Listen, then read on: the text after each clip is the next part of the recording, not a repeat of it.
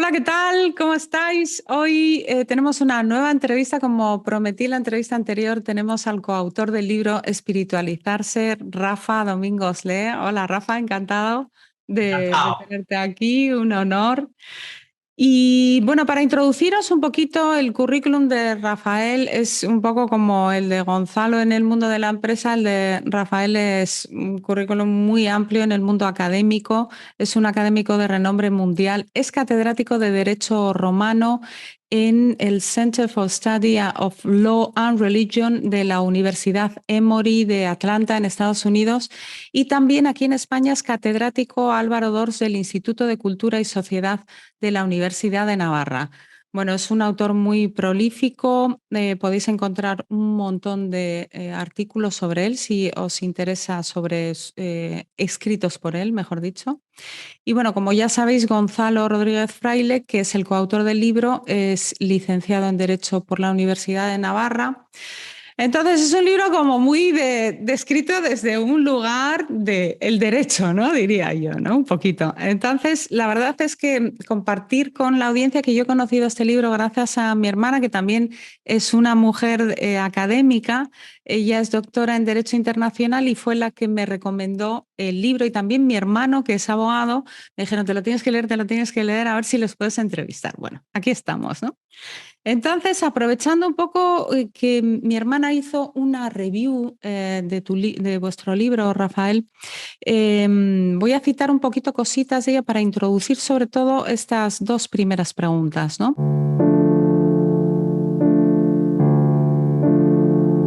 Dice en la review, a pesar de su evidente falta de atractivo, todo apunta a que el antihumanismo ideológico goza de influencia política y cultural hoy en día. Esto es lo que está pasando, ¿no?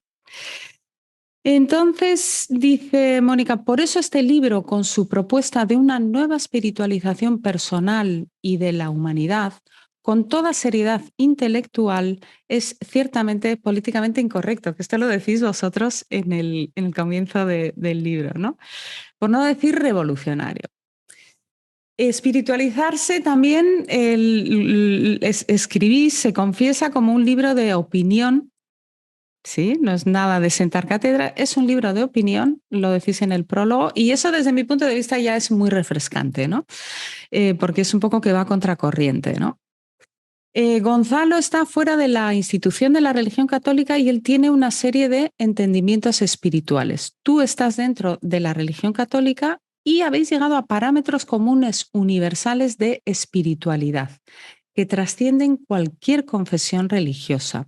De hecho, en el libro decís, nuestro argumento es espiritual, no propiamente religioso, en el sentido de que no exige la profesión de ninguna fe, ni la adhesión doctrinal a ningún credo, ni se basa en ninguna verdad revelada. Esto lo decís en la página 15 del libro, ¿no? Entonces, yo veo como una especie de perfume, un aroma, un algo de buena nueva, ¿no? Un libro de diálogo, ¿no? Se puede o no creer en Jesucristo, se puede o no creer en si Jesucristo es Dios o no es Dios, se puede ser de cualquier religión, profesión, pero cuando uno toca el Evangelio y lo abre y dice, wow, ama a tu hermano como a ti mismo, ¿no? Ama a tu hermano como yo le amo, como Dios ama. Estamos en una grandísima revolución, ¿no? O sea, bienaventurados los que lloran, bienaventurados los pobres, bienaventurados los que sufren. Bueno, en fin, el sermón de la montaña es capaz de cautivar a cualquiera, ¿no? Entonces, en ese sentido, creo que una espiritualidad cristiana, pues es una espiritualidad que aporta mucho, ¿no? La espiritualidad va más allá del cristianismo en el sentido de que, incluso desde el punto de vista teórico y desde el punto de vista temporal. Y ha habido muchísimos hombres de un grandísimo desarrollo espiritual que vivieron antes del nacimiento de Jesucristo, ¿no? Entonces yo diría que el Evangelio es revolucionario para cualquier espiritualidad, que cualquier espiritualidad debe leerse a la luz del Evangelio, en ese sentido, el budismo, el hinduismo, etcétera, y que por otra parte, pues los cristianos lo que tienen es que vivir el Evangelio de una manera plena. ¿Y en qué se parece a espiritualizarse? Bueno, en nuestro libro nosotros no hemos hecho, por decirlo de alguna manera, espiritualizarse es un libro que nace de la reflexión de dos personas que piensan cosas distintas. Los dos, por casualidad, tenemos juristas y por eso, pues, no sé, nuestros amigos juristas primero, pues, han conocido el libro y lo han dado a conocer. Pero en absoluto es un libro, por decirlo de alguna manera, de derecho. Es un libro de experiencia. Espiritualizarse es un libro experiencial. Que nace del diálogo de dos personas que creen en Dios experiencialmente, no solo por una razón de fe o no sé qué tal, sino experiencialmente, y que se dan cuenta de que la mejor manera de alcanzar la paz es vivir totalmente unidos a Dios. Y eso significa aceptar la realidad. Eso significa aceptar la voluntad de Dios. Y la voluntad de Dios la encontramos en la realidad. ¿Dónde vemos la voluntad de Dios? En las cosas que están pasando. Pues para mí la voluntad de Dios ahora es estar hablando contigo y disfrutar de esta conversación. Y eso es la voluntad de Dios. Y dentro de media hora será una cosa distinta. Y si se me cae una teja, pues veré la voluntad de Dios detrás de la teja. Ahora bien, no echaré la culpa a Dios como si Dios fuese un culpable, sino que veré la voluntad de Dios detrás de la teja. E incluso acabaré dando gracias a Dios porque me haya pasado eso, porque ha servido para mi desarrollo. Es decir, que todo cuanto pasa en el mundo sirve para nuestro desarrollo personal, sirve para espiritualizarnos. Y la espiritualización es el grado de unión con Dios, con el universo y con los demás. Se puede ser espiritual sin creer en Dios. Y entonces tu unión será con los demás y con el universo. Pero creemos, y ahí los dos autores, ahí estamos absolutamente de acuerdo, que se alcanza un grado de espiritualización muchísimo más profundo cuando se vive unido a Dios y se descubre la inmensidad de la divinidad.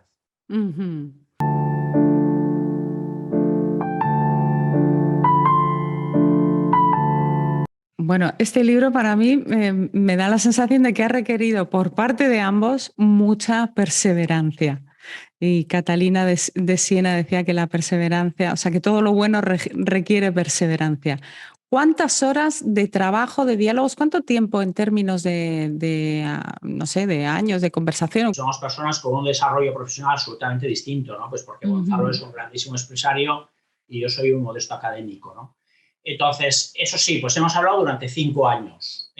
Gonzalo me ha ido pasando sus libros, entre otros a Wilber, que ha sido pues importante para mí leerlo, y yo he ido pasando pues otros grandísimos libros, ¿no? Y luego juntos hemos leído pues no sé, yo diría 10, 20, 30, 50, 70, 100 libros conjuntamente hasta llegar a las conclusiones que hemos llegado. Luego ya el proceso de escritura del libro pues ha sido mucho más rápido. Sucedió durante el COVID, que después de tantos años de conversación, Gonzalo me dijo, oye, Rafa, ¿por qué no escribimos el libro, ¿no? Entonces, el libro, lo que es la factura, pues a mí se me da más el escribir, pues lo que íbamos haciendo era hablar y escribir, ¿no? La escritura era mía, pero se la pasaba a Gonzalo, revisaba, me lo pasaba. Ahí es un libro, es de los dos, es un libro absolutamente de los dos, ¿no? Porque hay muchas ideas de Gonzalo que yo he tenido que reflexionar sobre ellas, muchas ideas mías que Gonzalo ha tenido que limar. Y bueno, pues ha habido como un encuentro. Bueno, entonces, pero hay encuentros tan bonitos como este que página 59, que decís, perdón, página 59, no, página 91.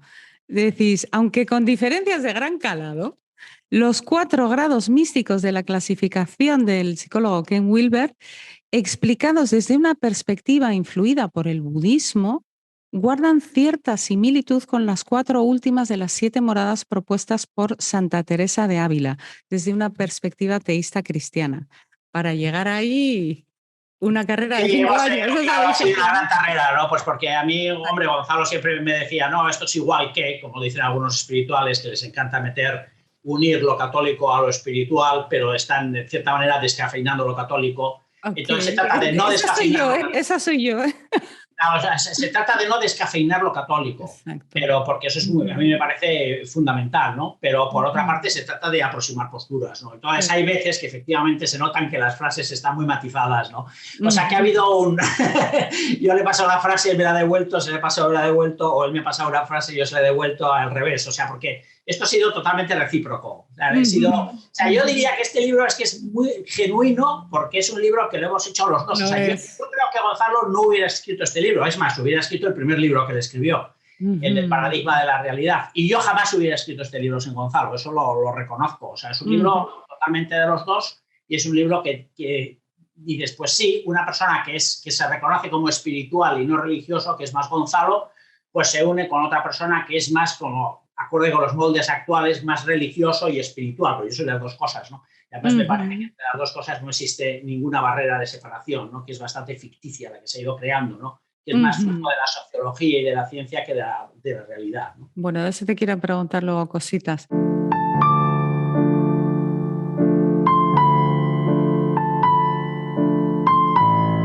Bueno, esto es el libro. Son 5 años de trabajo de 2 mentes, 2 personalidades, 2 personas muy, muy, yo diría, brillantes, ¿no? Si me permites, Rafa. Bueno, él es más brillante que yo. Bueno, ahí en la comparativa. Mi hermana dice, espiritualizarse es difícilmente categorizable. Se trata de un libro posmoderno, aunque los actores no parecen considerarlo así en la introducción. Mezcla de teología, moral de virtudes, doctrina, mística y autoayuda. Es una palabra sorprendente, ¿no? Que lo hace accesible y útil y de gran potencial divulgativo. Esta es mi impresión cuando yo leo el libro, ¿no? Entonces, mi pregunta para ti, Rafael, es ¿por qué un católico, un hombre de leyes, académico, necesita escribir un libro en el diálogo? ¿Es que tal vez es este el momento en el que todos, absolutamente todos, tenemos que abrirnos al diálogo y tender puentes? Bueno, a mí me parece que sí, que hay que tender puentes y es natural que haya pasado esto. Creo que Gonzalo es una persona profundamente abierta, que ha tenido sus diálogos con tantas religiones, espiritualidades, etcétera. Y yo soy una persona pues, que al moverme a Estados Unidos he tenido que romper mi cultura, que además estoy trabajando en un centro donde por muchos años he sido el único católico. Es decir, que mi diálogo con budistas, con cristianos no católicos, con judíos, con musulmanes, con agnósticos, con ateos, pues es lo normal para mí. Mi debate científico, mi debate académico, pues es con personas que no comparten mis ideales.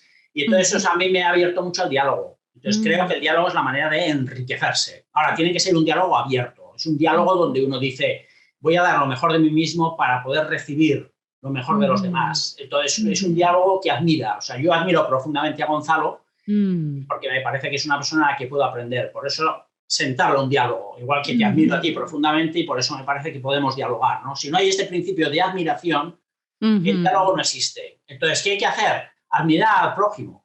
Y en el momento que se admira al prójimo, las respuestas llegan solas. Pero, el diálogo surge, ¿no? Claro, lo que hacemos es siempre poner una barrera de separación. Esta es mi idea y esta es exclusiva y este es mi modo de ver las cosas y los demás están equivocados y entonces todo es error o acierto, esto es bueno o malo. Bueno, pues sí, efectivamente, hay cosas que pueden ser objetivamente malas, ¿no? Como puede ser, no sé, matar a una persona por puro capricho, ¿no?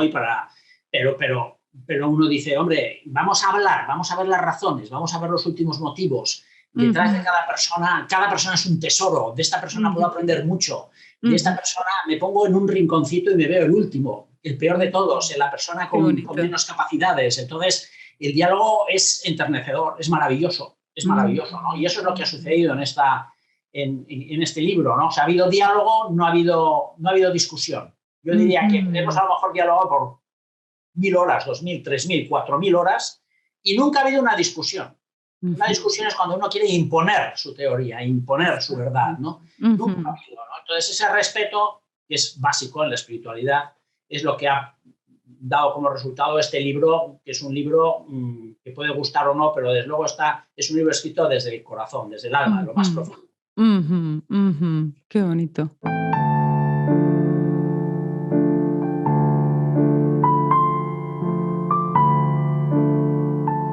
Sigo con la review de Mónica. Dice, espiritualizarse compromete tremendamente al individuo en el esfuerzo de tomar múltiples decisiones en el proceso de, entre comillas, desvincularse de un asunto que tal vez te esté molestando, lo que sea, ¿no? O de un pensamiento, un afecto, hasta conseguir un hábito virtuoso de abandono. Lejos de fomentar el pietismo pasivo, esta actitud de ver en todo lo que suceda la voluntad de Dios no solo no anula la iniciativa vital del individuo, sino más bien lo contrario.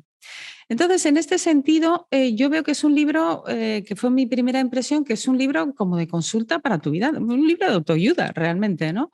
Un libro activo de práctica. Bueno, es un libro de autoayuda. Lo que pasa es que los libros de autoayuda normalmente no entran al mundo espiritual, sino que se quedan en lo psicológico. Entonces, Exacto. este es un libro como más completo, porque digamos, no, el hombre es multidimensional. Entonces, hay una parte biológica, fisiológica, hay una parte emocional, hay una parte racional y luego hay una parte profundamente espiritual. Entonces, la autoayuda es cómo gestionar la mente, cómo gestionarse a ese nivel. Pero nosotros decimos, no, todavía hay un algo más. Y ese algo más es la pura aceptación, el puro abandono a la voluntad de Dios, ¿no? Entonces, ¿cuál es el gran asunto de nuestros días, en mi opinión? Que hemos equiparado la libertad con la capacidad de elección. Y yo creo que ahí está el gran error. Hemos dicho, ¿cuál es tu grado de libertad? El grado que tengas de elegir. Entonces, si eres un multimillonario, pues podrás elegir entre 4.500 hoteles. Si eres una persona que tienes que viajar y no tienes dinero, pues te tendrás que ir a una fonda y ahí está. Entonces, no puedes elegir, luego no eres libre. Entonces, al producirse esa identificación de la capacidad de elección, eres libre si puedes elegir un esposo o una esposa y si te puedes divorciar de ese esposo o esa esposa, volverte a casar con ese otro esposo o otra esposa. Es decir, aumenta tu capacidad de elección. Eres libre si eres capaz de cambiarte de género hoy o mañana. Eres libre si eres cambiarte de ciudad hoy o mañana. Eres libre si cambias, ¿no? Entonces, cuanto mayor sea el grado de elección, si yo mañana puedo aparecer calvo y al día siguiente con 25 pelos distintos, soy más libre. Entonces, hay una parte de verdad, pero en mi opinión hay un gran error, porque entonces llega un momento que la libertad es solo capacidad de elegir y vamos a ir ampliando la capacidad de elegir hasta que uno dice, bueno, pues entonces tengo la capacidad de quitarme la vida, con lo cual es la capacidad ya de dejar de elegir. Y esa es la eutanasia, ¿no? Y es la máxima expresión de la libertad, la capacidad de poderme quitar la vida, ¿no? Incluso de podérsela quitar a otra persona si es necesario para justificar. Es decir, aumenta mi capacidad de libertad. ¿Y qué es la ética? El modo de gestionar esa capacidad de libertad.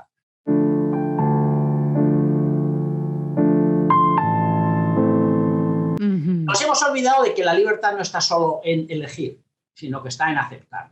Y en ese sentido, este libro es absolutamente revolucionario y este libro es un libro que va contracorriente, porque estamos diciendo, ¿qué más me da a mí tener 1 o 2 coches o 5 coches o comprarme o tener dinero para comprarme esto o lo otro? Lo importante no es elegir, lo importante es aceptar. Lo importante es aceptar a mi madre, aceptar a mi padre, aceptar que, en fin, pudiendo haber nacido en Bilbao, pues nací en Logroño, ¿no? Y yo lo acepto. Y entonces esa aceptación es lo que me da la libertad, de decir sí o no. La libertad de aceptar a Dios o de no aceptar a Dios. La libertad de aceptar el universo como es o no de aceptarlo. La libertad de aceptar a los demás como son o de no aceptarlos. Entonces, ahí es donde está la felicidad. Yo acepto. Y el acto de aceptación, en mi opinión, aunque esto lo tenemos que desarrollar más en el libro, en mi opinión, es un acto más sublime que el acto de elección. ¿Por qué? Pues por una razón muy sencilla. No sé, yo no sé de un tema y hablo de comidas, pues, bueno, no sé de restaurantes y entonces, pues puedo elegir a lo mejor entre 50, pero, sin embargo, si lo que hago es aceptar la mejor recomendación de una persona que realmente conoce mis gustos y además sabe de comida, pues en un momento determinado, efectivamente, yo voy a aceptar con ese grado de aceptación.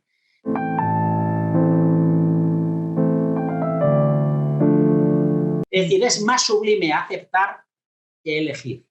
Es más sublime aceptar la voluntad de Dios que elegir. Por eso, por ejemplo, en el cristianismo se suele decir, es mucho más importante la aceptación de una enfermedad que, por ejemplo, la elección de una, bueno, de una mortificación, entre comillas, de un pequeño sufrimiento, de una contrariedad, etc. Lo importante es la aceptación. Tú tienes que buscar aceptar. Entonces, ¿qué sucede? Que el mundo actual, el ser humano actual, no se acepta uno a sí mismo. 2, no aceptamos el universo como nos tiene. No aceptamos a los demás como son y no aceptamos a Dios. Entonces, ¿en qué hemos caído? En un puro agnosticismo. Y entonces, en este sentido, este libro es absolutamente revolucionario, porque tanto Gonzalo como yo reconocemos que aceptar es la clave. La aceptar es lo que te lleva a unirte con la persona que aceptas. Y esa persona que aceptas es Dios. Claro, tú al momento que estás aceptando te estás deificando. Y estás aceptando además la voluntad de Dios, que es todopoderoso y que es amor. Porque es la otra cosa, claro, si descubres que Dios es amor, aceptar su voluntad es aceptar lo máximo que puedes aceptar en el mundo. Es incorporarse a ese amor, es un belonging, es un formar parte de. Esa es la grandeza de este libro. Una vez que descubres eso, los actos de aceptación empiezan a preocupar, perdón, los actos de elección empiezan a preocuparte menos. Me da igual si vivo aquí o allá, si he nacido de esta manera, si tengo este dinero o este otro. Lo que voy buscando es cómo Dios me va poniendo unas pistas para que yo vaya aceptando su voluntad y desarrollándome espiritualmente hasta llegar a la plena unión con él. Sabes que entrevisté a un filósofo que tiene muchas luces, que se llama Higinio Marín, porque le vi en una charla que hablaba y decía precisamente esto, qué bonito que lo conectes con la libertad y esta confusión con la libertad de elección. Él decía que el que es libre lo que quiere es atenerse. Claro, es decir, claro, es la libertad de someterse. Exacto. Es la libertad de someterse, es la libertad de decir, Exacto. bueno, pues uno es muy libre, yo soy mucho más libre cuando en vez de conducir un coche, pongo el coche en manos de una persona que va a conducir muchísimo mejor que yo y conoce la ciudad muchísimo mejor que yo, porque le digo, vamos a estos sitios y además me organiza un plan muchísimo mejor que el que yo puedo organizar. Entonces, a veces eso nosotros no lo vemos. Si yo voy a Toledo, pues me pongo en manos de una persona que es de Toledo, que sabe los restaurantes de Toledo, que sabe los monumentos de Toledo, que sabe conducir por Toledo y me lleva y soy muchísimo más libre y llego a alcanzar el bien de una manera superior a si yo decido hacerlo todo por mi cuenta, conducir, llevar, elegir, no sé cuántos tal, ¿no? Entonces, ponte en manos del Espíritu Santo, que es el dador de la libertad, el dador del amor, y encontrarás la libertad interna. Y la libertad externa te dará menos importancia que la interna. Es decir, se puede ser mucho. Maximiliano Kolbe era mucho más libre en un campo de concentración, o Edith Stein era mucho más libre en un campo de concentración que el mayor millonario de Miami con su jet privado viajando por el mundo.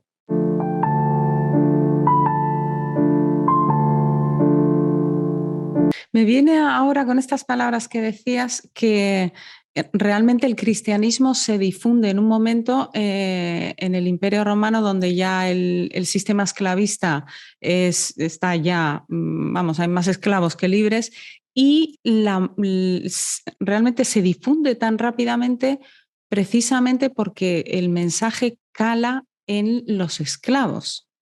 Y es curioso esto que estás diciendo, que realmente hay una gran libertad, ¿no? Es bien, bien bonito.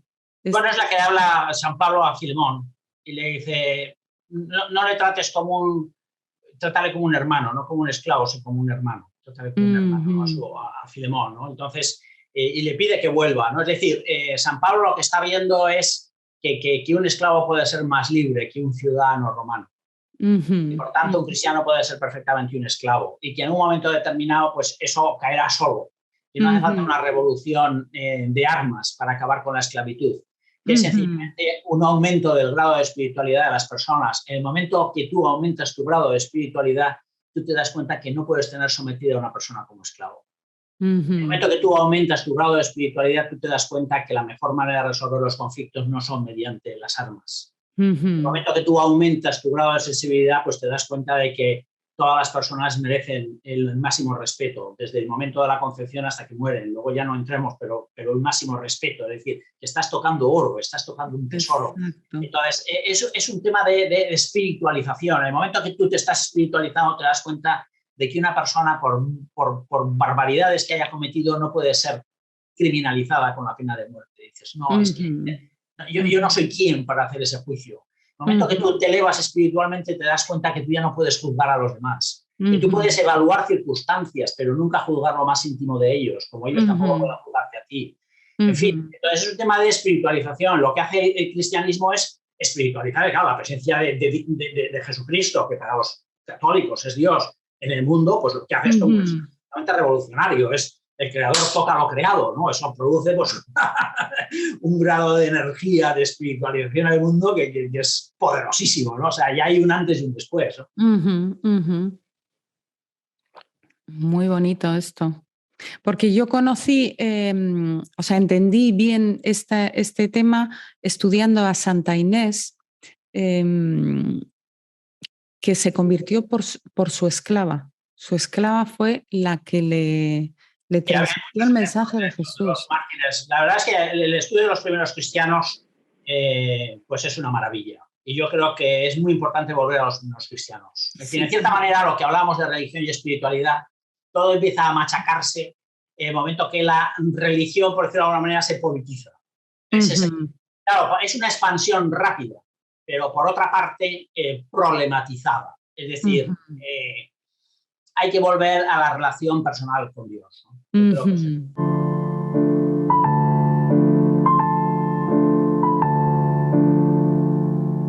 Te he oído en una entrevista muy interesante, te prodigas poco en entrevistas, espero que gracias a este libro podamos conocerte un poco más, tus entendimientos, ¿no? Compartes en esta entrevista que espiritualidad es una conceptualización de la palabra espíritu, ¿no? Que se realiza desde el cristianismo, es una palabra postcristiana que ni siquiera Jesús conocía en el siglo II. Sí, sí, es que, a ver, hay mucho. No, no es, yo no soy filólogo y dejo todo en manos de los grandes filólogos, ¿no? Que lo estudian. Pero efectivamente sí conocía la palabra religio como anterior al cristianismo y no la palabra espiritualidad como anterior al cristianismo. ¿Qué es lo que está sucediendo, ¿no? Y yo creo que este es el tema interesante, ¿no? Es un tema de palabras. Entonces, yo a las palabras les doy bastante poca importancia, porque lo decía Goethe, dice, bueno, además tú sabes muy bien alemán, imagino, ¿no? Por toda la no, yo no sé cómo mis hermanos, yo no fui al colegio alemán. Pero lo que decía Goethe es que decir, los conceptos son como bolas de nieve, entonces hay que dejarlos que rueden. Entonces tú no puedes cambiar el concepto. Entonces, una cosa que en un momento determinado se entiende de una manera, pues en otro siglo se entiende de otra, ¿no? Y eso es así, o sea, la palabra derecho pues ha movido de un sitio para otro, la palabra justicia, la palabra caridad, la palabra amor, pues en muchos sitios el amor es pura relación sexual, en otros sitios el amor es lo más sublime. Es muy difícil poner cotas, además no tenemos que hacerlo. Entonces, lo que se llama son conceptos que se llaman técnicamente indeterminados. ¿Por qué? Porque nosotros, los dos, podemos estar utilizando la palabra religión, o podemos estar utilizando la palabra espiritualidad, los dos tenemos una idea distinta de lo que es la religión y la espiritualidad, pero somos capaces de utilizarla y de transmitirnos el conocimiento. Claro, si yo tuviese una idea absolutamente distinta, totalmente opuesta, en un momento determinado sería imposible el diálogo. Pero no, es lo suficientemente importante como para estar ahí, poder dialogar, pero luego cada uno tiene sus matices y entonces esto culturalmente se nota mucho. O sea, para un judío la palabra religión es muy distinta de espiritualidad, para un cristiano tiene unas connotaciones diferentes, para un católico todavía diferentes, para una persona que se acerca a la espiritualidad solo desde la espiritualidad, huyendo de la religión, pues porque ha tenido una mala experiencia en una institución religiosa, la palabra espiritualidad tiene una connotación totalmente distinta que para, no sé, un padre de la iglesia del siglo II o para... O sea, eso, yo ahí soy totalmente abierto, ¿no?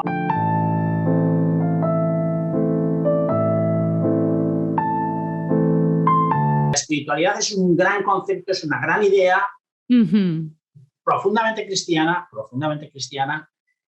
profundamente no cristiana, porque es una conceptualización que en nuestros días más o menos lo que viene a significar, o yo por lo menos la defino como unión. Lo que define la espiritualidad, en mi opinión, es unión. Yo soy capaz de estar unido con los demás, unido al universo, unido a Dios, si eres capaz de reconocerlo como tal. Entonces, yo veo ahí la espiritualidad. Entonces, es un camino personal de unión. Claro, en esa unión, pues uno dice, claro, voy a quitar todos los obstáculos que me impidan unirme a los demás. El primer obstáculo es el yo mismo, el yo, que muchas veces se puede llamar el ego, el cristianismo lo ha llamado soberbia, o sea, se puede hablar de mil maneras. Es decir, lo primero que tengo que quitar es el yo, es decir, ese instinto que tenemos de centralidad, de mandar, de imponernos, de querer ser reconocidos, de querer ser amados por encima de todo. Todo eso hay que quitarlo. Entonces, en el momento que eso te lo vas quitando poco a poco, tú te vas a dar cuenta que eres mucho más parecido a los demás, vas viendo a los demás la imagen de Dios que tienen y vas uniéndote a Dios y vas viendo el uno, vas viendo que la realidad es una, sin caer en el panteísmo. Porque Dios es, eso Gonzalo y yo estamos muy de acuerdo en esto, ¿no? Dios es inmanente y trascendente al mismo tiempo. ¿Puedes explicarlo? Sí, o sea, Dios está fuera del mundo, pero está en el mundo de una manera absolutamente total. Okay. Es decir, imagínate que pintas un cuadro. Yo sería capaz de reconocer que tú eres la pintora, porque al ver 25 cuadros tuyos llega un momento que reconozco tu mano en ese cuadro. Pero eso es a lo máximo que podemos llegar los seres humanos, ¿no? Es decir, bueno, pues o reconocer una poesía, si es de Lope de Vega o si es de Quevedo, o reconocer un pasaje de Shakespeare, pues llega un momento que uno se familiariza mucho y es capaz de reconocer, ¿no? Es decir, sí, o es, no sé, uno incluso por la ropa, ¿no? Tú ves la ropa de mis hermanas y yo digo, esta es de esta hermana, esta es de esta hermana. ¿Por qué? Por el modo de vestir lo reconozco. ¿Cómo lo sabes? Lo reconozco, ¿no? Pero claro, la impronta no es tan grande como la impronta que Dios tiene en el mundo. Cuando Dios hace algo en el mundo, la impronta es tan fuerte que, como decía San Juan de la Cruz, ese árbol deja de ser ese árbol porque está tan impregnado de Dios que es más Dios que árbol. Entonces, Virginia es Virginia, pero está tan impregnada de Dios con su imagen que es casi más Dios que Virginia. Porque claro, si yo me hago una foto con el Papa, la gente no dice, ah, mira, Rafa con el Papa. Si yo voy a una conversación... El Papa con Rafa, ¿no? Claro, pues lo normal es que uno diga, hombre, yo estoy con el Papa. No, el Papa viene a verme, hombre, lo normal es que tú vayas a ver al Papa, ¿no? Voy a ver a Trump, tal. Bueno, Trump ha venido a verme, hombre, lo normal es que tú vayas a ver a Trump o vayas a ver a Biden o vayas a ver a quien sea, ¿no? No hay que hacer lo contrario, ¿no? Entonces, Dios está, ¿qué sucede con Dios? Que está tan presente, es tan potente la presencia en el universo, que llega un momento que si te espiritualizas es más fácil para ti ver a Dios que cualquier otra cosa. Ver a Dios que ver incluso este ordenador. Ver a Dios que ver tu cara. Ver a Dios que es más fácil ver a Dios que ver lo que sea, o sea, mi mano, más fácil. Y ese es el proceso de espiritualización, que no se consigue. Entonces, en ese sentido, Dios es inmanente también. Está en el universo de una manera tan potente, y claro, los cristianos decimos, no, es que Dios además se ha encarnado, o sea, es que ya ha tocado el mundo y ya por vida, para toda la eternidad, ese gesto es suficiente, es absolutamente suficiente, ¿no? Ese es el momento, ¿no? Entonces, por una parte Dios es inmanente, por otra parte Dios es trascendente. ¿Qué significa trascendente? Que Dios está fuera del mundo. Es decir, que hay un momento de creación. Y eso, vamos, desde el punto de vista del cristianismo, ¿no? Luego hay otras figuras que dicen, no, mira, lo que vamos a hacer es solo crear, es un mundo donde es panteísta, o donde es no teísta. Por ejemplo, el budismo es no teísta. Es decir, bueno, pues no es teísta. Es decir, luego ya buscas a Dios si quieres, pero nosotros nos quedamos aquí, en esta perspectiva. Entonces se trata de una espiritualidad que está más centrada en uno mismo y más centrada en el universo. Claro, en la medida que el universo, Dios impregna el universo, de una manera o de otra están encontrando a Dios también, aunque no lo digan. Y por eso pues, se puede ser budista y luego ser teísta. Bueno, pues porque el budismo es no teísta. No es que sea panteísta. Luego está el panteísmo. Claro, háblanos del panteísmo. Bueno, el panteísmo es decir, en el fondo, es decir, todo es Dios. O sea, entonces, ¿qué sucede? Que hay una espiritualidad que, por reflejar que Dios es extrínseco al mundo, es decir, que no es inmanente, sino que es trascendente, pues entonces aleja a Dios del mundo. Y entonces, bueno, pues el mundo viene a ser una maquinaria que Dios más o menos, pues, no hace mucho caso. Lo creó, pero como una persona que ha tenido un hijo y lo ha dejado por ahí medio abandonado, ¿no? Una persona que ha hecho un cuadro y luego nunca le ha hecho caso.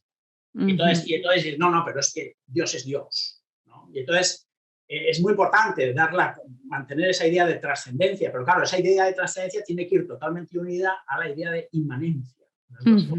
Dios entra al mundo con una fuerza, y eso es el Espíritu Santo. El Espíritu Santo con una fuerza que lo hace espiritual.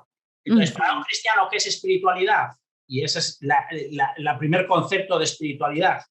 Espiritualidad es lo propio de la persona que vive imbuida en el Espíritu Santo. Es un ser espiritual. Entonces, lo que tarda en nacer es la palabra espiritualidad como concepto, como nombre propio. No espiritual, sino espiritualidad como nombre propio. Espiritualidad como concepto. Claro, eso pasa mucho con las palabras. O sea, primero nacen los adjetivos, luego los nombres, normalmente. Primero nace lo justo, luego nace el de la justicia. Primero nace lo espiritual, luego nace la espiritualidad. O sea, primero nace una cosa buena o es mala, luego ya nace la idea de bondad. Es decir, las abstracciones son posteriores. Entonces, lo espiritual ha existido desde siempre. Pero la palabra espiritualidad es más del siglo II, luego es una palabra que en el siglo XVII cobra muchísima importancia, porque es un momento donde por decirlo de alguna manera, la religión ya se empieza a dividir en dogmática, en moral, en liturgia y en espiritualidad. Es decir, son como las 4 pivotes de la religión. Se dice, ¿cuál es tu moral? Bien o mal, esto está bien, en el cristianismo los 10 mandamientos, aquí están. ¿Cuál es tu liturgia, tu culto? ¿no? ¿Cuál es tu dogmática? O sea, hay que creer en esto, esto, esto, esto. ¿Y cuál es tu espiritualidad? Es decir, ¿cuál es tu desarrollo espiritual?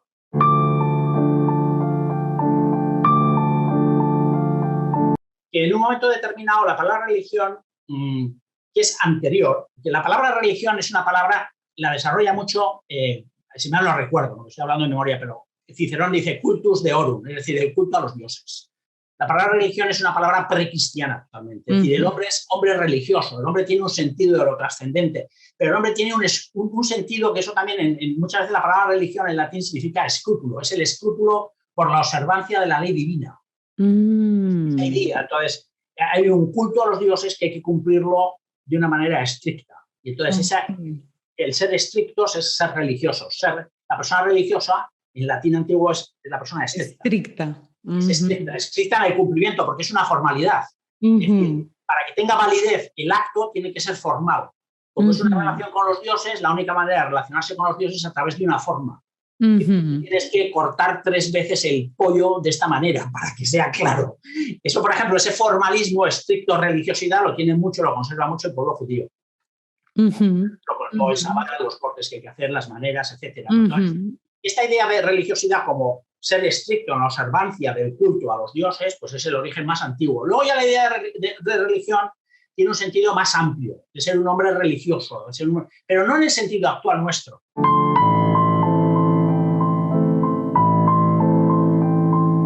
Vale, háblanos un poquito de esto porque me parece muy importante que la audiencia entienda todo esto, porque lo que, como decías antes, ¿no? Hay muchas personas que se pueden declarar espirituales, pero no religiosas. Es como, no. Bueno, pero a mí es una manera de hablar. Yo la digo, pues perfecto, o sea, es una manera de hablar que nosotros la entendemos. A mí una persona me dice, soy espiritual y no soy religiosa. Y entiendo perfectamente lo que me está diciendo. Por eso no digo que esté cometiendo ningún error, porque si estamos transmitiendo un mensaje y ese mensaje es captado con exactitud, no hay un error. Lo que ha habido es un cambio, la palabra, sin embargo, lo que ha hecho es evolucionar. Entonces yo no estoy en contra de decir, por eso en el libro decimos en un momento determinado, este es un libro más espiritual que religioso. Claro, lo estamos utilizando en este sentido. Incluso, por ejemplo, el Papa Francisco utiliza la palabra espiritualidad en un sentido bastante nuevo y bastante de acuerdo con nuestras circunstancias y con nuestro libro. Porque es cierto que está cambiando de contenido la palabra espiritual. Absolutamente cierto. Y la palabra religión también está muy unida en la psique colectiva a política, a Estado. Claro, entonces, ¿eso por qué es? Porque nunca ha habido un problema de separar la espiritualidad de la política.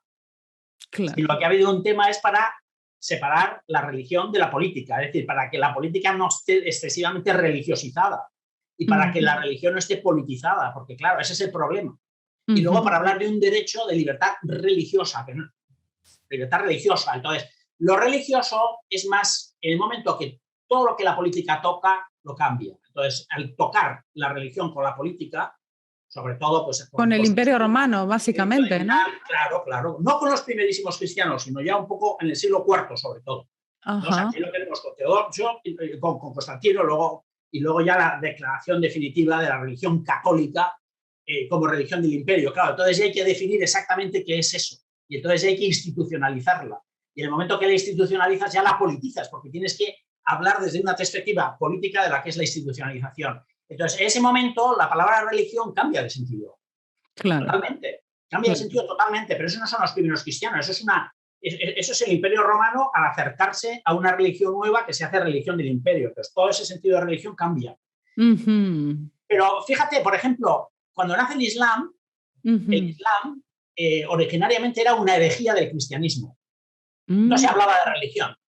Y lo mismo, tampoco puedes hablar de religión cristiana, propiamente se habla pues cuando, bueno, claramente en el siglo IV, pero con anterioridad sí, también se habla. Pero no se contrapone al principio tanto al judaísmo, sino que es una secta del judaísmo, que sigue al cristianismo. Es la idea, es decir, la conceptualización de las religiones depende de las ciencias. Entonces, depende de la política, el momento en que efectivamente la religión toca la política. Pero luego depende de la sociología, por ejemplo, de una manera muy fuerte. ¿Por qué? Porque la sociología, y ahí entra Emil Durkheim, por ejemplo, ¿no? El padre de la sociología, dice, bueno, vamos a definir el fenómeno religioso desde el punto de vista sociológico. Entonces, ahí es donde entra la palabra religión y lo que no es una religión, porque no cumple todos los requisitos de la religión, no hay todavía una iglesia, no hay un culto común, no hay una serie de características, no hay una doctrina, no hay una moralidad, entonces se dice, bueno, es pura espiritualidad. Entonces, en el fondo, la reacción de la espiritualidad frente a la religión es la espiritualidad es por decirlo de una manera, la trascendencia no organizada. Si qué bonito, trascendencia no organizada. Pues entonces tú eres espiritual, pero no eres religioso. En el momento que tú tienes esa dimensión, la abres a los demás, la socializas, entonces pasas a ser religioso. ¿Qué sucede? Que bueno, la espiritualidad, y eso es lo que creo, la espiritualidad nunca puede ser solo exclusivamente individual, porque al final es compartida. El ser humano es persona, es compartido. Entonces es muy difícil no compartir espiritualidad, no aprender de lo demás. Por eso, bueno, al final tú tienes un resultado que es propio, ¿no? Pero por decirlo de alguna manera, la espiritualidad no es como una enfermedad que la tengo yo. Es compartida, ¿no? Compartida, así como dices, no, ese es tu problema, o el dinero que yo tengo en el banco es mío. No, mira, la espiritualidad no es así. Es compartida, o sea, nosotros ahora estamos compartiendo espiritualidad de una manera natural. Entonces, ¿qué es lo que sucede? Que como las religiones, y en general más el cristianismo, porque esto de la separación entre religiosidad y espiritualidad es un fenómeno occidental. Ok. O sea, que en el mundo del judaísmo decir esto, dices, bueno. Entonces, ¿qué sucede? Como las religiones han existido mucho, en mi opinión, especialmente el cristianismo, y especialmente el catolicismo, yo diría, ha existido mucho en la moralidad, muchísimo, y ha existido mucho en la dogmática. Entonces, ¿qué es lo que ha sucedido? Que, por decirlo de alguna manera, el brazo espiritual pues, ha saltado. Y ha habido gente que ha dicho, hay demasiada moralidad, demasiada dogmática, y esto no me lleva a ningún sitio. Entonces, es lo que ha ayudado a mucha gente a la ruptura.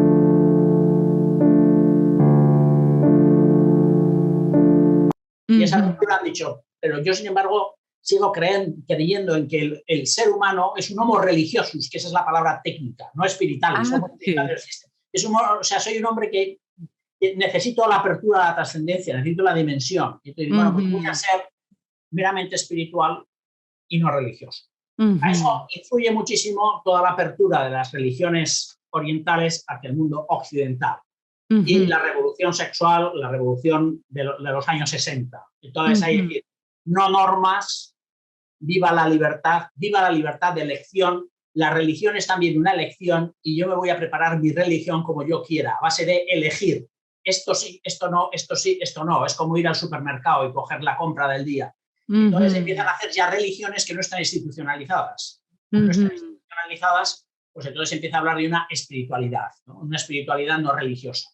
Claro, hay religiones, en mi opinión, que contienen muchos elementos muy positivos y elementos también negativos, y hay espiritualidades muy positivas y espiritualidades muy falsas. Entonces, aquí nosotros lo que hemos hecho en este libro es tratar de formular unos principios válidos para una espiritualidad universal, con independencia de cualquier fe revelada. Ese es el asunto. Es un poco... No me digas que no es titánico y evangélico esto, Rafa. Claro, es espectacular. Es el mensaje del libro, ¿no? Es decir, no, yo que soy católico practicante puedo hablar con una persona que no lo es y estamos compartiendo una serie de cosas. Estamos espiritualizándonos los dos y enriqueciéndonos los dos. Eso es posible y eso está demostrado con el libro porque es un libro profundamente experiencial. Tanto Gonzalo como yo nos hemos enriquecido. Probablemente yo más que Gonzalo. Y es interesante porque con todo esto que nos has explicado, yo conozco muchas personas muy espirituales que en ese sentido, en senso estricto, ¿no? Que has dicho del religioso es escrupuloso, ¿no? En su práctica, ¿no? Claro, es el pietismo. Son religiosas. Claro, es que luego otra palabra que existe es la pietas, la piedad. La piedad es otro concepto muy importante, ¿no? Porque la pietas es la devoción que tú tienes a los mayores, a los padres y finalmente a Dios, como parte de la justicia, ¿no? Entonces, está muy relacionado. Entonces, ahora mismo nosotros podemos hablar de personas espirituales, pero somos capaces de diferenciar a una persona espiritual y una persona devota, por ejemplo. Una persona puede ser devota y no tener una alta espiritualidad. ¿Por qué? Pues porque es puramente emocional, está a un nivel emocional. Entonces puede ser espiritualmente emocional y por tanto yo lo llamo devoto. O una persona puede ser tremendamente, por decirlo de alguna manera, religiosa en el sentido de dogmática pero no ser muy espiritual. ¿Por qué? Porque se queda en la racionalidad del dogma y entonces ya se pone nervioso. Bueno, de esto habláis en el libro también, ¿no? Claro, Entonces, muy interesante. Claro, entonces ahí nosotros la pregunta que nos hacemos en el libro, que creo que es la más importante de todo el libro, ¿no? Es decir, ¿por qué hay gente que después de practicar una religión concreta durante mucho tiempo, y en concreto el cristianismo muchas veces, no es feliz? ¿Cómo puedes ir por la mañana a un servicio religioso como un protestante, por ejemplo, y por la tarde tener una pelea tremenda en tu casa? ¿Qué pasa? Entonces, esa unidad, entonces, ¿qué es lo que sucede? Y ahí es donde nosotros hemos empezado a trabajar. Es decir, hombre, hay un elemento espiritual que es muy importante y que no se está desarrollando en nuestro mundo, porque la espiritualidad se está uniendo demasiado a lo emocional, demasiado a lo sentimental, a veces demasiado a lo estrictamente racional. ¿No? Y no hay un camino intelectual de aproximación a la espiritualidad que realmente te lleva a lo más alto, te lleva a Dios, ¿no? Sin tener en cuenta la verdad revelada. Y la verdad revelada a veces lo mismo, se ha impuesto, ha servido para dividir. Eso es otra cosa, dices, por ejemplo, la verdad revelada ha dividido a los ortodoxos de los católicos y de los protestantes, ¿no? Entonces, ¿cómo es posible que una verdad divida?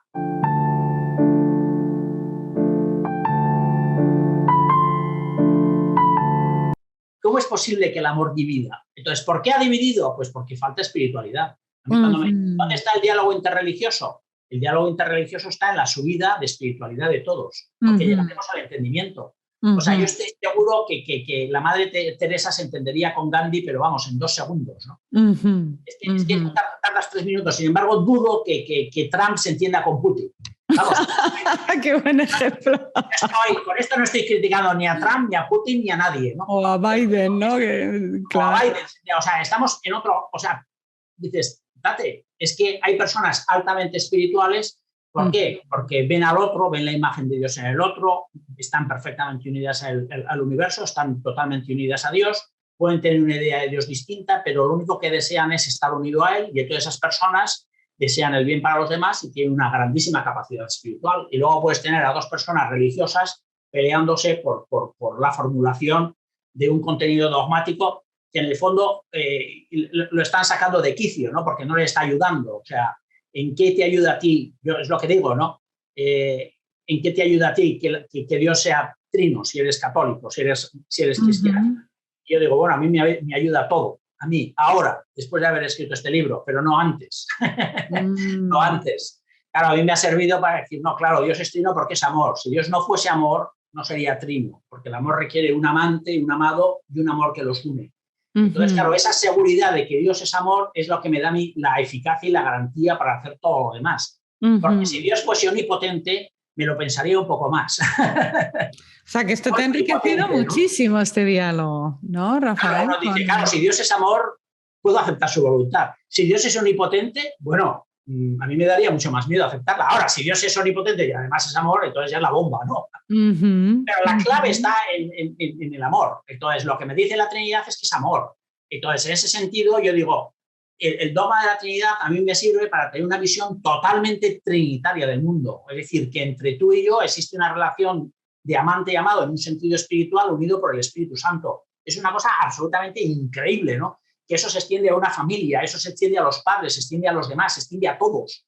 Entonces, el mundo está unido por un amante que lo ha creado y luego todo es amado y todo por el amor, ¿no? O sea, es impresionante verlo desde esa perspectiva, ¿no? Entonces, a mí me parece que el cristianismo, Jesucristo, ofrece a la espiritualidad la máxima expresión.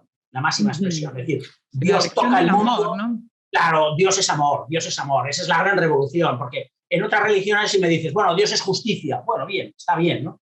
Dios es derecho, Dios es ley, tienes que cumplirlo. Bueno, está bien, ahora si me dices Dios es amor, digo, bueno, aquí hasta el final del mundo, ¿no? Por eso yo no creo tanto en la separación entre espiritualidad y religión, porque me parece que las dos son muy buenas y las dos se complementan.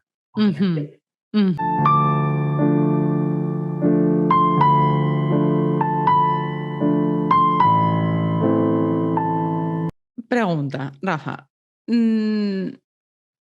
¿Una persona puede transitar el camino de sí mismo, de su ego, ¿no? Y la conexión con lo trascendental fuera de una estructura confesional? Totalmente de acuerdo. Totalmente de acuerdo. Es decir, el ser es hombre religioso antes de ser homo religiosus, o sea, en el sentido de decir un hombre trascendente antes de ser específicamente cristiano, antes de ser, y dentro del cristianismo cualquier denominación o antes de tener otra religión, ¿no? Y también lo de las religiones habría que verlo, ¿no? Yo cada vez digo que el cristianismo no es una religión. Sí, porque si no lo metemos en un lote que no es. A mí me parece que, ahora, ¿qué es lo que digo? ¿Se puede ser un ser totalmente espiritual sin una religión? Sí. Llega un momento, en mi opinión, que yo ya no hablo de la religión cristiana. Llega un momento, en mi opinión, que la llegada de Jesucristo al mundo, la encarnación, y el conocimiento de que Dios es amor, me lleva a tal grado de elevación espiritual que ya es imposible llegar a otro. Entonces, en ese sentido, yo considero que el cristianismo es la culminación de la espiritualidad. Porque es que me hace uno con Dios de una manera, con un Dios que es amor. No me hace uno con Dios con un Dios que se diluye en unas energías. No me hace uno con un Dios que es omnipotente, entonces voy a ser muy fuerte. No me hace con un Dios que es muy bueno, pero de ahí, no, es con un Dios que es absolutamente amor, es decir, que está perfectamente preparado para unirse a mí, que me ha creado para que me una a él, es decir, que me está endiosando. Y además que hay 3 personas en él.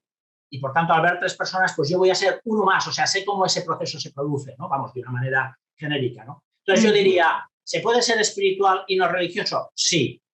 Hay personas muy espirituales que llegan a un grado de espiritualidad muchísimo más alta que muchos seres religiosos, por supuestísimo que sí.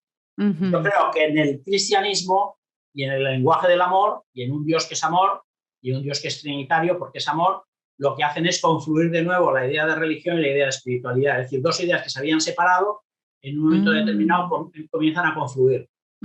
Pero para eso también hay que vivirlo. Es decir, por eso digo, una persona que lo único que hace es tener una creencia de la existencia de la Trinidad, pues ahí se queda.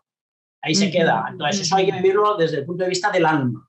Del alma. Y para vivirlo desde el punto de vista del alma, ahí hay un proceso de espiritualización que es común a todos los seres humanos, como es el comer. Aquí estamos hablando de por decirlo de alguna manera, de una espiritualidad natural. De una manera que dices, bueno, tú eres protestante o eres judío y tú comes. Pues claro, pues comemos igual. O tú te desarrollas, lo que me dices, pues hay un desarrollo espiritual natural. ¿Ese desarrollo en qué consiste? En vaciarse de uno mismo, desprenderse de todas las cosas terrenas, desprenderse de todas las personas para unirse a Dios totalmente. Es decir, el proceso espiritual consiste en que cada cosa es para mí un instrumento para llegar a Dios, para unirme a Dios. Cada persona es un instrumento para unirme a Dios y el universo en su conjunto es un instrumento para unirme a Dios. Y yo lo que tengo que hacer es desprenderme de mí mismo, de todo mi yo, de todo mi ego. ¿Para qué? Para que el alma vuele y se pueda unir a Dios. Entonces, claro, eso es un proceso que es absolutamente natural, como puede ser natural el cortarse el pelo. Eso hay que hacerlo. Claro, luego ya hay unas verdades reveladas que nos ayudan en ese proceso. Si tú dices, claro, sabemos que Dios es amor, y además que Jesucristo ha muerto por los seres humanos, y no sé qué tal. Entonces, todo eso a ti te ayuda a decir, claro, es que yo tengo que dar mi vida por los demás. Es que mi vida no es mi vida, es que la vida es una. Entonces, ya eso te puede ayudar, pero eso también te puede crear un conflicto. Es decir, te empiezas a pelear con los demás porque lo ves de una manera o de otra. Y entonces lo que te está haciendo es crear un ego tremendo. ¿Qué es lo que diría? Que hay un proceso espiritual natural que consiste en la purificación del yo y esa purificación del ego, vamos, para utilizar una palabra que más o menos entiende. Todo esto que está, porque yo aquí me siento en el lado de un poco de Gonzalo, ¿no? De la balanza, y es perfectamente todo lo que estás explicando. Y aquí esto que dices del ego, ¿no? Purificarse del ego, ir para arriba. Tú te vas purificando del ego y es como quitarse kilos. Y entonces te vas elevando. Entonces, ¿cómo te elevas? ¿Cómo te quitas kilos? Pues te quitas kilos primero vaciándote de ti mismo. Es decir, de ese deseo de control, de ese deseo de imponerte a los demás, de ese deseo de reconocimiento. Entonces tú te vas elevando. 2, detachment, desprendimiento total de las cosas. Es decir, para ti las cosas son... Esta conversación es un instrumento para llegar a Dios, pero no es un instrumento para decir, aquí estoy yo hablando delante de algunas personas para que me escuchen y vean si sé o no sé. ¿No? O este coche es para darme el gustazo de poder correr a 180. No, yo tengo este coche para poder ayudar a los demás. Por eso, si en un momento determinado otra persona lo necesita, se lo doy. Y tardo 2 segundos en darle el coche. Desprendimiento de todas las cosas terrenas, desprendimiento, total desprendimiento. Y total desprendimiento de las personas, que eso es a veces lo que más cuesta, total desprendimiento de las personas. Es decir, que soy capaz de, en todas las personas que me encuentro, llegar a Dios, traspasarlas y llegar a Dios. No me quedo delante de la persona, buscando un placer o buscando un reconocimiento o buscando un acuerdo, sino que las traspaso y soy capaz de ver a Dios allá, ¿no? El momento que eso sucede, tú te subes para arriba y te elevas. Y ese es el proceso de espiritualización. Me encanta porque lo dices con mucha pasión y luego lo escribís muy bellamente. En la página 120 decís, espíritu y materia no son términos opuestos como principio y fin, sino complementarios. Por eso el proceso de espiritualización no solo exige un proceso de desmaterialización y desprendimiento. Espiritualizarse ayuda a encontrar a Dios también en las cosas materiales y a emplearlas como camino para llegar a Dios. Claro. Está escrito con mucha belleza, tiene muchos momentos muy bellos este libro.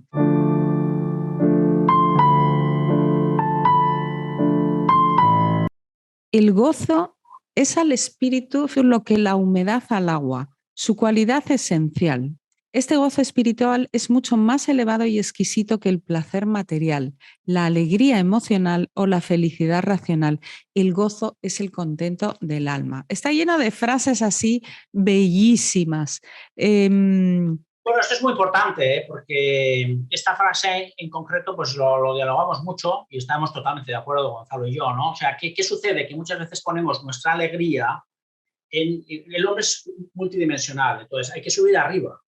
Entonces, una vez que estás arriba, puedes disfrutar lo que está abajo. Una persona que está subida en el alma puede disfrutar de un buen vino, pero no está apegado a ese buen vino. En cambio, la persona que se está quedando solo en el paladar, en el gusto, se apega a ese vino y entonces es imposible que lo disfrute tanto, porque además en el momento que desaparezca ese vino, va a necesitar otro.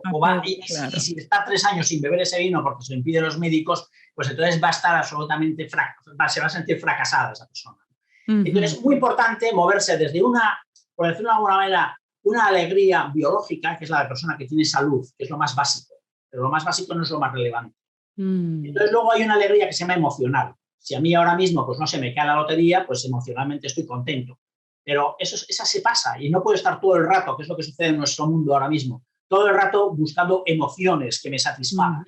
No, eso no vale. O una alegría sentimental o mental, racional. ¿Qué es la alegría mental? La del intelectual. Estoy yendo y me estoy regodeando en esta música, en esta belleza, en esto tal, me estoy empalagando.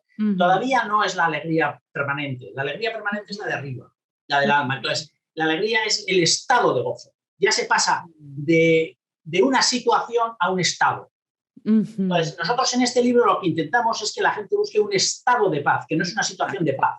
Esto es como, yo suelo poner el ejemplo, ¿no? O sea, de una persona, si trabaja en un Uber, entonces llevo una persona y cobro 10 euros, llevo otra persona y cobro 15, llevo otra persona y cobro 20, y al final del día, pero claro, si estoy un día enfermo en cama, ese día no gano dinero.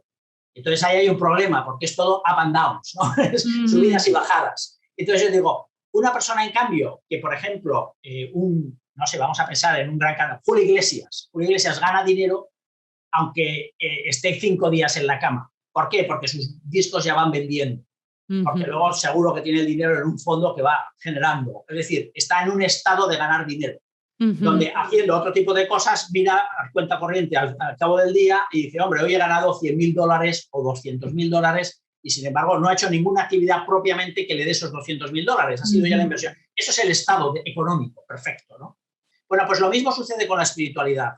Hay una espiritualidad que es subidas y bajadas, me porto bien con este, hago bien lo otro, una devoción, no sé cuántos, un tal. O hay un momento que ya uno sube y entonces o uno va buscando unas alegrías que son pasajeras. Hay un momento que el vinito ese. Ya llega el gozo. El gozo. Está en una situación de gozo. Es decir, yo estoy en un estado en el que mi alma está tan unida a Dios y Dios es el amor y es la alegría que ya me da igual lo que esté pasando. Pero estoy con los pies en la tierra, es decir, si ahora me toca beber un vino, lo disfrutaré más que el que está todo el día bebiendo el vino. Y si ahora me toca servir a una persona, serviré a una persona. Y si ahora estoy durmiendo. Pero el estar durmiendo no significa que no esté en este grado de gozo, de unión. Por eso, por ejemplo, en el cristianismo siempre hay una tradición que se dice, se puede estar rezando las 24 horas del día. Y me dice, hombre, ¿cómo voy a estar todo el día rezando? Es imposible materialmente. Pero es que no se trata de una oración vocal. ni de una oración mental, de estar leyendo, pensando en la escritura, sino de una oración espiritual. Es decir, una unión con Dios, adorándole, pensando que Él es la máxima grandeza, el máximo amor, y que me ha llamado desde toda la eternidad para unirme a Él, y eso te produce entonces un gozo, que es como la humedad y el agua. O sea, es que eso rebosa, y rebosa la alegría también a otros niveles, porque va bajando. Una persona que tiene gozo espiritual, en un momento determinado tiene gozo racional, mental, y tiene gozo emocional, y tiene gozo psicológico. O sea, va de abajo arriba y de arriba abajo.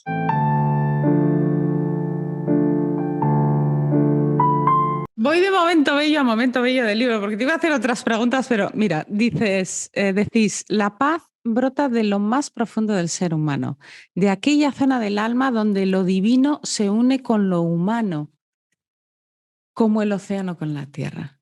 Qué bonito, qué bien escrito. O sea, yo reflexiono sobre cuestiones espirituales, pero realmente esta imagen, cuando lo leí, me hizo entender, ¿no? Sí. Es que hay una zona del alma donde ya no se sabe si es más humana que divina o divina que humana. Eso es así. A mí siempre, la frase de San Pablo siempre me ha llamado mucho la atención, ¿no? O sea, que Dios nos ha amado antes de la constitución del mundo. Si Dios nos ha amado antes de la constitución del mundo, es que existe un... Dices, bueno, sí, efectivamente hemos sido creados en un momento determinado, ¿no? Pero Dios nos ha amado desde la constitución del mundo y eso es lo importante. Eso es lo importante. Eso es lo importante. Entonces, si Dios habita en el alma, habita de una manera que rebosa el alma, que rebosa todo. Entonces, no hay que hablar como si fuese... Hombre, Santa Teresa hablaba del castillo interior, ¿no? Pero va muchísimo más adelante que el castillo interior con habitaciones, ¿no? Unas habitaciones mucho más abiertas, mucho más extensas. Entonces, en ese sentido, a mí me parece que sí, ¿no? Esa idea del mar llegando a la tierra, uniéndose, que no se sabe lo que es playa, lo que no es playa, esa es la presencia de Dios en el alma, ¿no? De una manera que invade todo. Y hay momentos donde el mar llega mucho más a la playa y hay otros momentos donde llega menos. Hay momentos de sequedad, donde uno no ve a Dios de una manera tan clara, y hay otros momentos donde la presencia de Dios es tan fuerte que uno lo que no puede hacer es ver a los demás, porque ve a Dios en todo, ¿no? Y dice, oye, para, ¿no? ¿Qué te está pasando? Entonces, eso es una realidad. ¿Qué sucede? Que si tú no te abres a la trascendencia, ya de entrada estás diciendo que no, estás poniendo lo que se llama el límite mental. El límite mental consiste en pensar que uno no es capaz de. Es el que piensa que no va a aprender nunca una lengua porque ya tiene 50 años, pues entonces nunca va a lograr aprender la lengua, ¿no? Muchas veces nosotros tenemos miedos, tenemos límites emocionales, límites mentales. Entonces también en este libro lo que estamos enseñando es a quitarte los miedos emocionales a base de soltarlos y quitarte los límites mentales a base de pensar bien. Esa idea de piensa bien y acertarás. Y acertarás, exactamente. Claro, hay que pensar bien para acertar, ¿no? Entonces, pero no se trata solo de pensar bien, luego hay que seguir subiendo. Es decir, si no piensas bien, no subes. Si emocionalmente no sueltas, tampoco subes. Lo que tienes que hacer es soltar o aceptar. Por ejemplo, tienes una enfermedad, pues si no la aceptas, si solo te resignas ante la enfermedad, primero, si no la aceptas, te bloqueas. Si solo te resignas y dices, bueno, ahora voy a vivir toda mi vida amargado, pues vivirás amargado. Si en un momento determinado, como el otro día, pues yo estuve con una persona que llevaba ya 30 años en la silla de ruedas. Y en un momento determinado me decía, yo ya doy gracias a Dios por ir en esta silla de ruedas. Después una vez dije, Tate, esta persona ha entendido todo. Esta persona ha entendido todo. Es decir, ya lo más básico no es importante, ha ido a lo más relevante y desde lo más relevante, lo básico, adquiere un colorido totalmente distinto, ¿no?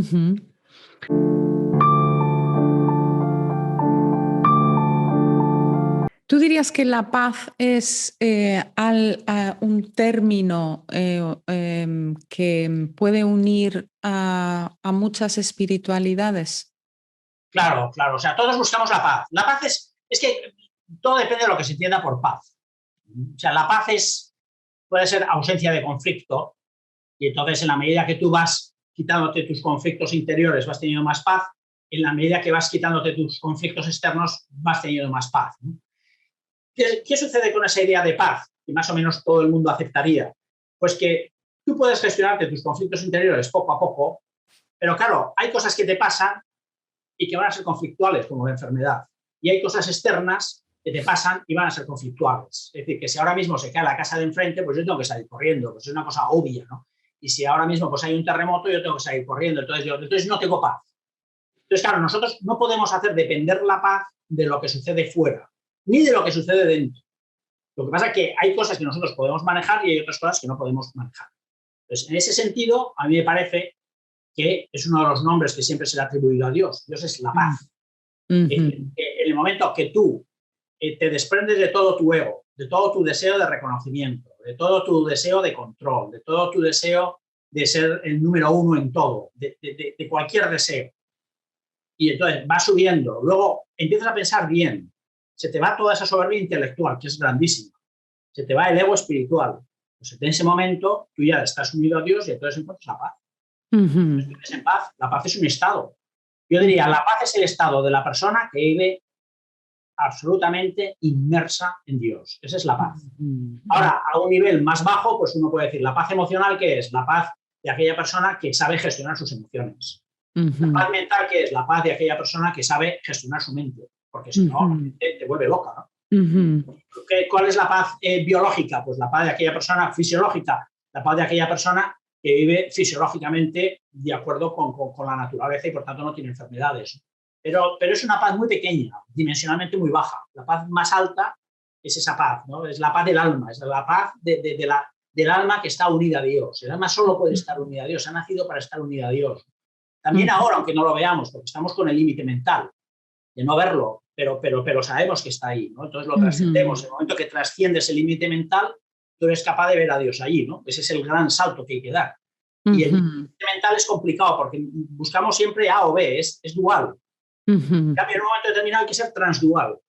Es decir, tú no tienes que ver que Dios es trascendente e inmanente, tienes que ver que Dios es las dos cosas. Tú no tienes que ver que Virginia y yo somos absolutamente distintos. Tenemos que ver que somos distintos, pero a su vez somos lo mismo porque los dos tenemos la imagen de Dios y somos hijos de Dios y estamos absolutamente unidos. Ese es el tema. Entonces, ese transdualismo es complicado porque la mente no está preparada para el transdualismo.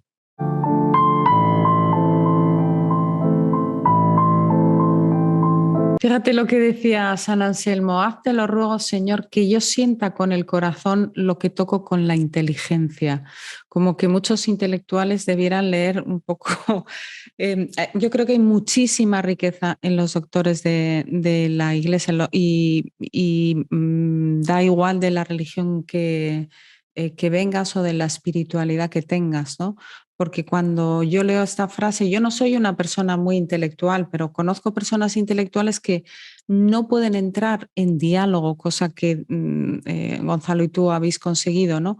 Y no pueden trascender asuntos más allá, no pueden ir más arriba porque se topan con una inteligencia demasiado...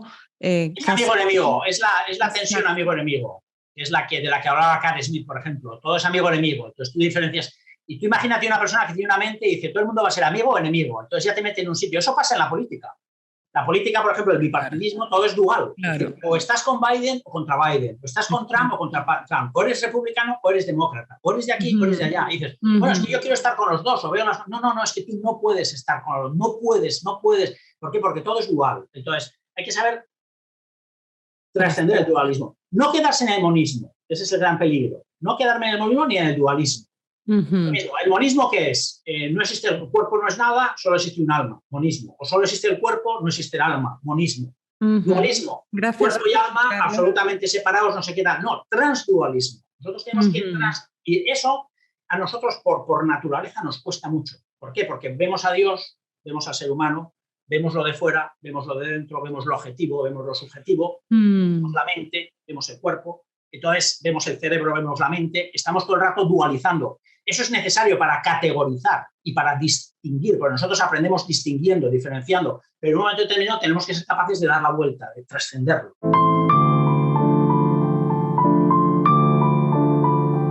¿Qué papel jugaría la humildad en ese trascender el dualismo? Bueno, yo creo que aquí, por lo menos nosotros, partimos de un hecho en este libro que a mí me parece importante, y que por otra parte todas las religiones han ido a él, no lo han explicado de una manera distinta, pero está aquí, es que la realidad es una. O sea, yo creo que el argumento inicial del libro es como la realidad es una, no es conflictiva. Y al no ser conflictiva se puede vivir en paz. Entonces es como el argumento, por decirlo de alguna manera, filosófico. Eso es decir, bueno, esta es la composición. La realidad es una, no es conflictiva, al no ser conflictiva podemos vivir en paz. O si es conflictiva, podemos resolver los conflictos. Porque claro, si la realidad estuviese totalmente fragmentada, sería conflictiva por definición. Entonces los conflictos no serían resolubles. Es como decir, bueno, este cáncer no se resuelve. En cambio, como bueno, que este es el tema del materialismo. Claro, bueno, ese es el tema del materialismo. Está aquí, ¿no? Claro, el tema del materialismo es que necesariamente es conflictual. ¿Por qué? Porque el materialismo lleva a la fragmentación. Es decir, este café o esta agua es distinta de, no sé, de esta lupa, ¿no? Estoy utilizando para él un libro con una letra muy pequeña, ¿no? Entonces, porque las materias son absolutamente distintas. Sin embargo, espiritualmente tú lo trasciendes y lo unes. Claro, lo puedes unir hasta racionalmente. Dices, las dos cosas pertenecen a Rafa, ya estás uniéndolo racionalmente. Pero bueno, las dos son cosas materiales, lo estás uniendo racionalmente. Pero incluso puedes llegar más allá, puedes trascenderlo. Entonces, nosotros lo que hablamos es de eso, la necesidad de trascender para evitar el conflicto, porque la realidad es una. Entonces, ahí la pregunta es, algunos dicen, bueno, entonces estás cayendo en el panteísmo. La segunda respuesta, no. Lo que hablamos. No necesariamente. Tú puedes ser panteísta si quieres, pero tú puedes decir que la realidad es una y no eres panteísta, porque Dios es inmanente y trascendente al mismo tiempo. Es decir, ese es el juego. Entonces, me parece que ese punto de partida es muy importante, porque es un punto que puede ser aceptado por todas las religiones y por las no religiones. Es decir, que, claro, otros te dirán, bueno, pues yo no sé si la realidad es una o son varias. Claro, te están confundiendo a veces con el universo, si hay muchos universos, varios universos. Exacto, el multiverso. Una cosa son los universos, que son cosas más técnicas de la totalidad, y otra cosa es la realidad. Es decir, lo existente. Lo existente al final es uno, es un uno. Que lo ves o no lo ves. Es intuitivo. Yo no digo que se pueda demostrar desde un punto de vista científico que la realidad es una. No creo.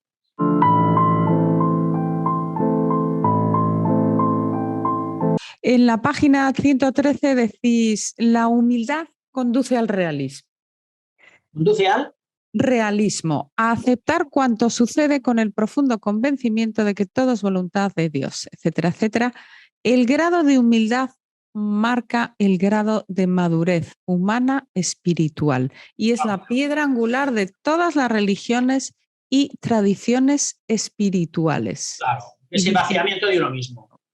Pues aquí lo que tenemos es un problema. El problema mío de Rafael, de Rafa, no es el problema de lo que está pasando en Estados Unidos, lo que pasa en España, lo que pasa tal. El problema soy yo. O sea, yo me tengo que resolver. Gracias. Pues, ese es el gran problema, ¿no? O sea, el gran problema es mi ego, el gran problema es que yo me quiero imponer, el gran problema es que yo quiero controlar, el gran problema es que no me aguanto a mí mismo, el gran problema es mi falta de paciencia, el gran problema es que yo no tengo los conocimientos que tengo que conocer, que no conozco cuál es el camino más directo para ir a... Esos son los grandes problemas, ¿no? Entonces estamos echando la culpa a otros problemas sin darnos cuenta de que efectivamente el gran problema está dentro. Entonces, esto te lleva a la autorresponsabilidad, ya no caer en el victimismo. Palabra clave y análisis muy interesante en el libro. Muy importante, porque si no... Huir del victimismo, ¿no? Claro, echar la culpa a los demás, ¿no? ¿Por qué estaban en Estados Unidos? Porque Biden lo está haciendo mal, Trump lo hizo peor, el mundo, las monedas, tal. No, o sea, autorresponsabilidad. ¿Cómo puedo yo mejorar para estar bien?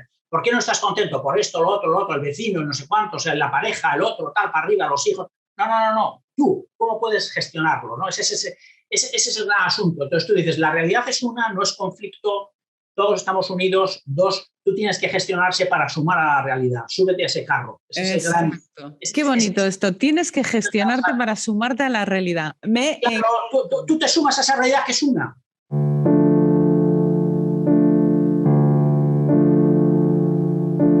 Y además, y aquí yo tengo una fórmula matemática que, aunque no soy matemático, no está puesta en el libro porque, bueno, pues la estamos todavía discutiendo, pero a mí me parece que es cierta, ¿no? Que dice, Dios más uno es Dios. Para todo el tema de la unidad de la realidad. Dios más uno, o sea, Dios más Virginia es Dios. No se le puede añadir nada, ¿no? Virginia menos Dios es 0. Claro. Pero 0 no es igual a 1. Yo creo que ahí está la clave. Ahí está la clave de muchas cosas. Explícanos el 0 no es igual a 1. Claro, 0 no es igual a 1. O sea, no es lo mismo que Dios no sea Dios, pero 0 no es igual a 1. O sea, Virginia cuenta. Virginia cuenta, está llamada a unirse a Dios. Ese es el gran asunto, no es un 0. Es decir, como Dios es todo, yo soy un 0. Entonces lo mejor que puedo hacer es deprimirme. No. Dios más Virginia es Dios, pero Virginia menos Dios es 0. Virginia sin Dios es nada. Claro. Ahora 0 no es igual a Virginia. Virginia es 1. Es Dios. Bueno, se viene otro libro, me parece aquí, ¿no?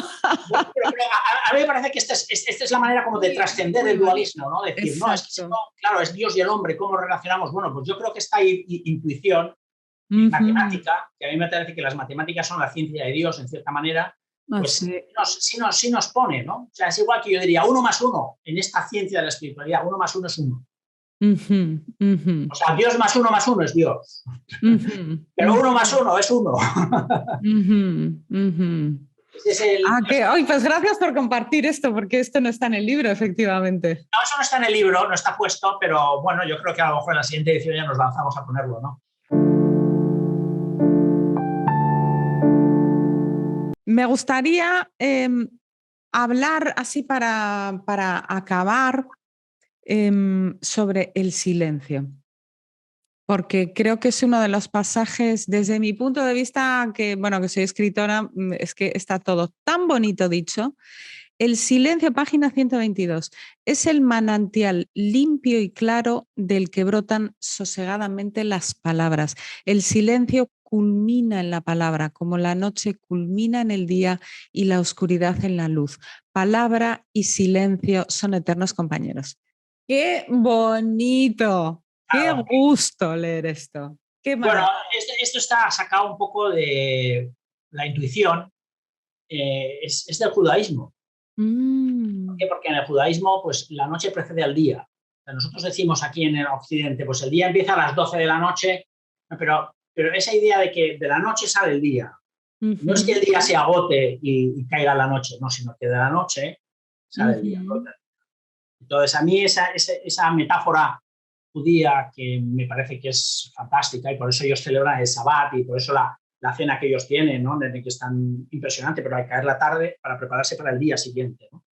Entonces, a mí eso es lo que me dio la luz para pensar que de la misma manera que de la noche sale el día, la palabra sale del silencio. La palabra surge del silencio. Y por eso también lo importante del silencio, porque cuanto más silencio haya, las palabras van a ser más fecundas. Entonces, la palabrería es la falta de silencio. Por eso cuando pronunciamos palabras es necesario que haya un silencio entre las palabras. Los silencios son básicos. Para entenderlo es tan importante estar escuchando que estar hablando. Cuando estamos escuchando, estamos en silencio. Pero yo lo que pregunto es, ¿qué es mejor, hablar o escuchar? Y me preguntas y yo digo escuchar. ¿Por qué? Porque estoy aprendiendo de los demás. O sea, estoy recibiendo. ¿No? Luego estoy dando, pero solo puedo dar la palabra después de haber escuchado mucho. Si no hay escucha, no hay dación. O sea, yo no puedo estar hablando ahora si no hubiese escuchado a Gonzalo, entre otros. Gonzalo aquí, ¿no? Si no hubiese escuchado a Gonzalo y a tantos sabios, a tanta gente del mundo durante mucho tiempo, la palabra sale del silencio. La palabra sale del silencio. Por eso la mejor oración es la oración en silencio. La unión con Dios es silenciosa. Decís, el silencio es uno de nuestros principales maestros de la vida.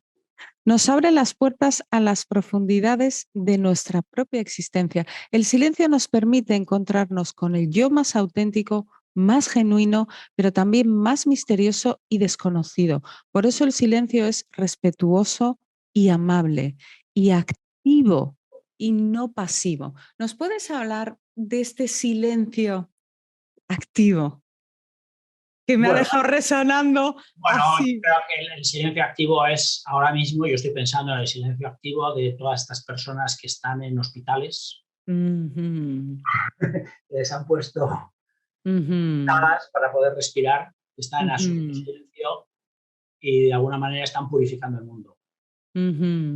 Y para mí son una muestra, me están dando grandes lecciones. Grandes lecciones. Para mí yo aprendí el silencio de mis alumnos. Y a mí, ¿qué has aprendido de los alumnos? Yo diría, su silencio, ¿no? Su silencio. Yo daba clase pues, a 200 alumnos que estaban en silencio, aprendía el silencio de cada uno de ellos frente a la palabra que yo decía, ¿no? Entonces, para mí el silencio pues, es el arma. Es el arma. O sea, cuando los conflictos se resuelven desde el silencio. En el momento que hablas con otras personas, te das cuenta de que ya se crea conflicto. Desde el silencio nunca hay un conflicto. Te sientas al lado de otra persona y no hay conflicto, ¿no? En el momento que te pones a hablar puede haber un conflicto. ¿Por qué? Porque no ha habido suficiente silencio. Ujú. Ha habido suficiente silencio. Que hay muchos, yo creo que por eso en los medios de comunicación no invitan al silencio. Claro, no hay Pero silencio. creo que el problema que tenemos ahora mismo es la falta de silencio. Falta de silencio, porque la falta de silencio lleva a la verborrea, ¿no? A la palabrería, a la discusión, al conflicto. Y sin embargo, Dices, los grandes problemas de la vida se resuelven desde el silencio.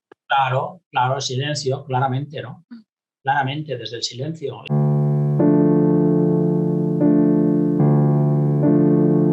El alma está en silencio. Tú no eres capaz de ver tu alma y tú la tienes en silencio. Sin embargo, otras partes del cuerpo no están en silencio, ¿no? O sea, ya está el estómago y el intestino moviéndose.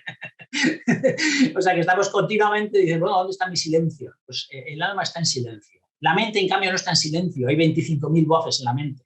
Las emociones no están en silencio. Lo biológico no está en silencio. Lo que realmente está en silencio es el alma. Uh-huh. Y el alma está más en silencio en cuanto es una Dios. Y Dios está en silencio con nosotros. Uh-huh. De esta manera, ¿no? O sea, que a mí me parece que no hay una espiritualidad sin silencio. Exacto.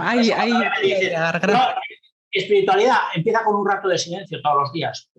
¿Y eso cómo se le llama? Como tú quieras. Está en silencio, un rato, todos los días. No te muevas, estate en silencio. Luego irás haciendo cosas y irán pasando cosas, pero estate en silencio. Y dices, bueno, ¿qué pasa con la mente? Entonces se me ocurren muchas cosas. Déjalas. Y poco a poco se irán parando y se va parando todo. Entonces tú lo que tienes que hacer es como un ordenador, hay que pararlo. Y dices, bueno, vamos a dejarlo en descanso, ¿no? Pues es lo mismo. Silencio. Bueno, yo creo que es la gran lección del ser del siglo XXI, ¿no? Aprender a vivir en silencio. O sea, si cada ser humano estuviese 10 minutos en silencio cada día, este mundo sería totalmente distinto. Totalmente distinto. Y si cada persona, antes de hablar, antes de entrar en una reunión de trabajo, estuviese en silencio 5 minutos, no digo ya en meditación, no digo tampoco en contemplación, ni tampoco rezando, solo en silencio.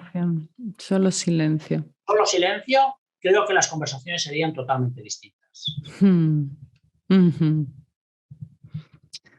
Bueno, Rafa, pues aquí como siempre se me quedan 300 preguntas en el tintero, esta hora y media.